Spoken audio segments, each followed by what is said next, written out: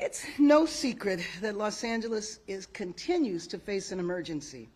Every single night, thousands of Angelenos are sleeping on our street or in their cars. Up to 5 Angelenos are dying on our streets each night.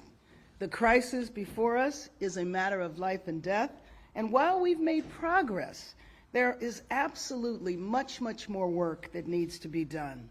That's why we will sign an emergency declaration, an updated emergency declaration that continues our momentum confronting the homelessness crisis and building more housing in Los Angeles. We can't forget that this is an emergency when it comes to housing, just as it is an emergency when it comes to homelessness.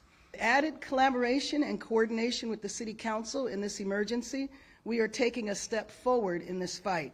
I want to be very clear that none of us take this action lightly, but the reality is that our city continues to be in an emergency, and that's why we're taking this action today, to continue access to tools and powers to make sure that we are using every resource possible at the scale that is needed to save lives and restore our neighborhoods. One of the things we need to identify is a location for safe parking so that the RVs can go someplace and stay there and they're not in neighborhoods. So that'll be one of the first issues we work on. But just because we're starting a task force does not mean we're going to sit around and study it. We can study and act at the same time.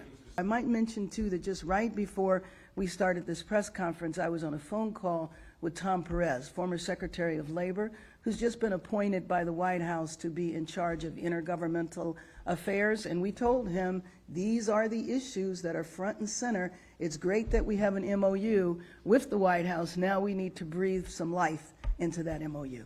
We're going to go Dave, Craig, and Julie.